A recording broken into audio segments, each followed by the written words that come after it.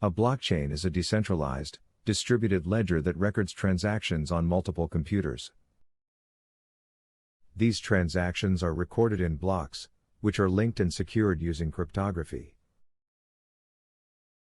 Each block contains a cryptographic hash of the previous block, a timestamp, and transaction data.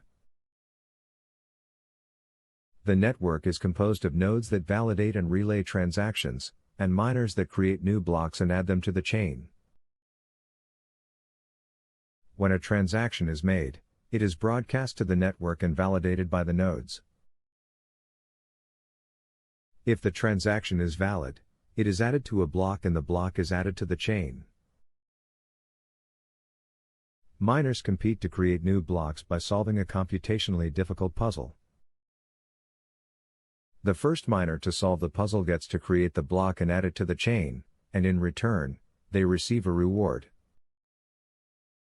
The process of adding blocks to the chain is called mining. As any changes to the data on the blockchain must be agreed upon by the network and the record cannot be altered retroactively without the consensus of the network.